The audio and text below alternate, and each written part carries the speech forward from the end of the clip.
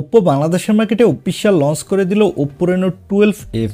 ফোনটিতে Oppo দারুণ কিছু এআই ফিচার দিয়েছে এবং ফোনটির 8256GB ভেরিয়েন্টের দাম রাখা হয়েছে 34,990 টাকা, অর্থাৎ প্রায় 35,000 টাকা। এই 35,000 টাকা বাজেটে এই ফোনটি আপনাকে কতটা ভ্যালু ফর মানি প্রোভাইড করছে, অর্থাৎ এই ফোনটি এই দামে আপনার জন্য কেমন হবে বা কেনা ঠিক হবে কিনা তা জানতে পারবেন এই ভিডিওতে। এই ফোনটির ভালো খারাপ দুই দিকে জানাবো এই ভিডিওতে। আর এই ফোনটি যদি এই দামে আপনি নাই কিনতে চান তাহলে এর বিকল্প হিসেবে আপনি কোন ফোনগুলো কিনতে পারেন তাও জানতে পারবেন এই ভিডিওতে। চলুন তাহলে আর কথা না বাড়িয়ে সরাসরি চলে যাই মূল ভিডিওতে। তবে মূল ভিডিওতে যাবার আগে আপনাকে বলবো ভিডিওতে একটু লাইক দিয়ে চ্যানেলটি সাবস্ক্রাইব করে আমাদের সাথে থাকুন। প্রথমে এই ফোনটির আনবক্সিং দিয়ে ভিডিওটি শুরু করা যাক। এই ফোনটির বক্সটি দেখতে পাচ্ছেন হোয়াইট কালারের বক্স।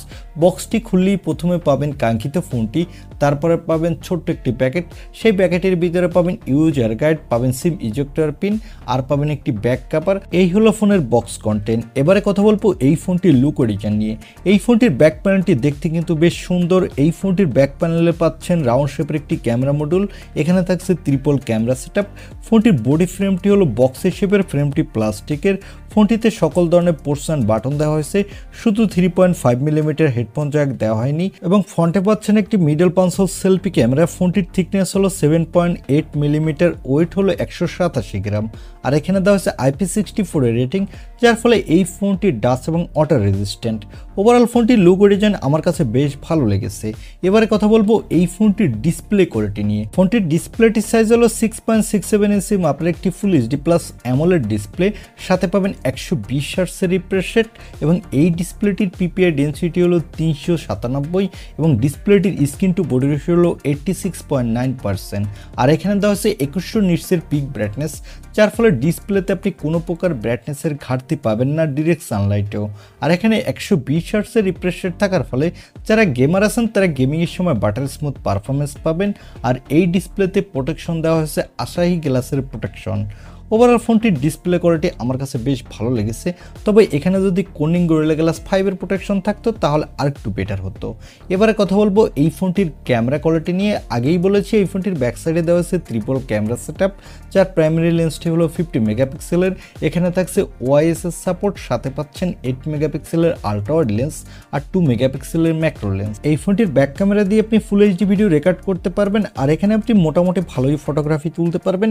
তবে এই ফোনটির যে দামে লঞ্চ হয়েছে এই দামে এই ফোনটিতে মিনিমাম 4K ভিডিও রেকর্ডের সাপোর্ট দেওয়া অবশ্যই উচিত ছিল। চলুন এবার এই ফোনটির কিছু ফটো স্যাম্পল দেখে আসি, তাহলে আপনারা বুঝতে পারবেন এই ফোনটির ফটো কোয়ালিটি কেমন।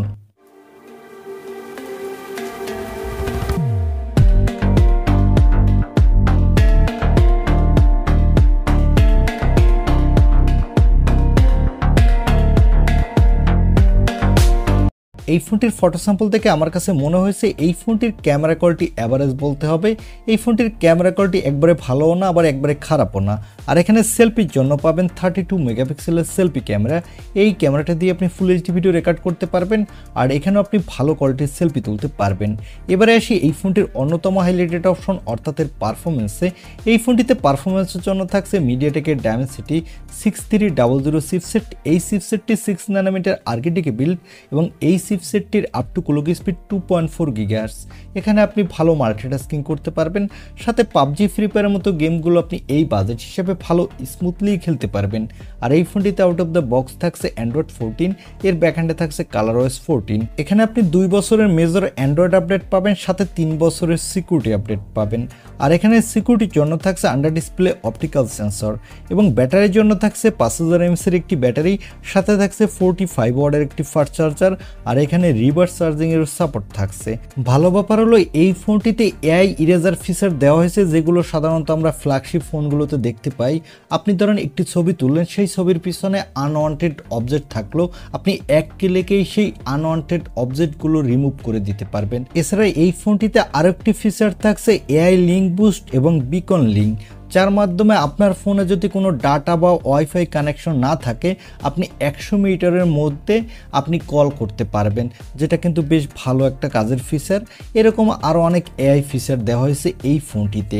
আর এই ফোনটি মার্কেটে আপনি শুধু বাংলাদেশে একটি র্যাম রম ভেরিয়েন্টে অ্যাভেলেবেল পাবেন আর 256 জিবি, এবং এই ফোনটি মার্কেটে দুটি কালার ভেরিয়েন্টে পাবেন। এছাড়া ফোনটিতে দেওয়া হয়েছে এলপি রিডার 4x RAM, সাথে থাকছে UFS 2.2 স্টোরেজ।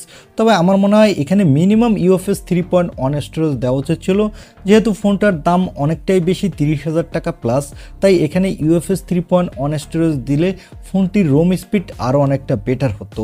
এবারে আসি এই ফোনটির কিছু ড্রব্যাকে। এই ফোনটির কয়েকটি দিকে আমার কাছে ভালো লাগেনি। প্রথম হলো এই ফোনটির চিপসেট, কারণ এই ফোনটিতে যে চিপসেটটি দেওয়া হয়েছে এটি মোটামুটি একটা চিপসেট। এই চিপসেটটি দিয়ে আপনি তেমন কোনো গেমিং করতে পারবেন না, কারণ এর আনটুটু হলো 4 লাখের কাছাকাছি।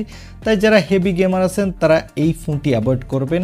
এবং এই ফোনটিতে যদি মিডিয়াটেকের ডায়মেন্সিটি 7300 চিপসেট ইউজ করতো তাহলে ফোনটিতে আপনি আরেকটু গেমিং পারফরমেন্স ভালো পেতেন। এছাড়া ফোনটিতে যদি UFS 3.1 স্টোরেজ দিত তাহলে ফোনটির রোম স্পিড আরেকটু বেটার হতো, এবং ফোনটির ব্যাটারি যদি আরেকটু বেশি থাকতো, কারণ বর্তমানে অনেক ফোনেই 6000 mAh এর ব্যাটারি ইউজ করা হয়। তাই 6000 mAh এর ব্যাটারি ইউজ করলে ফোনটির ব্যাটারি ব্যাকআপ আরও ভালো পাওয়া যেত।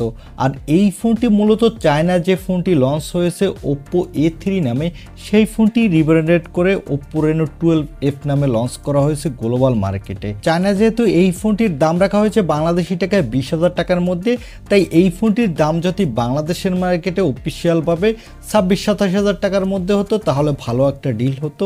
কিন্তু এই ফোনটির প্রাইস কিছুটা ওভার প্রাইস বলতে হবে, প্রায় 5-6 টাকার মতো ওভার প্রাইস। আমার মনে হয় এই দামে এই ফোনটি আপনি না নিয়ে আপনি আনঅফিসিয়ালভাবে স্যামসাং গ্যালাক্সি A35 ফোনটি নিতে পারেন, কারণ আনঅফিসিয়াল ফোন কিনলে কিন্তু এখন আর ফোন বন্ধ হচ্ছে না। তাই আপনি নিশ্চিন্তে আনঅফিসিয়াল ফোন কিনতে পারেন। সেই ফোনটি সব দিক থেকেই বেটার, কারণ এই ফোনটির থেকে আপনি ভালো ক্যামেরা পাচ্ছেন, ভালো ডিসপ্লে পাচ্ছেন এবং ভালো গেমিংও করতে পারবেন। তবে আপনি যদি অফিসিয়ালি ফোন কিনতে চান তাহলে এই ফোনটি দেখতে পারেন। তবে আপনি আনঅফিসিয়াল ফোন কিনতে গেলে স্যামসাং গ্যালাক্সি A35 আপনার জন্য হবে একটি বেস্ট চয়েস। এই ছিল আজকের ভিডিও। আশা করছি ভিডিওটি আপনার ভালো লেগেছে। আর ভিডিওটি ভালো লাগলে অবশ্যই একটি লাইক দিয়ে চ্যানেলটি সাবস্ক্রাইব করে আমাদের সাথে থাকুন। দেখা হবে নেক্সট ভিডিওতে। আজকের মতো আল্লাহ হাফেজ।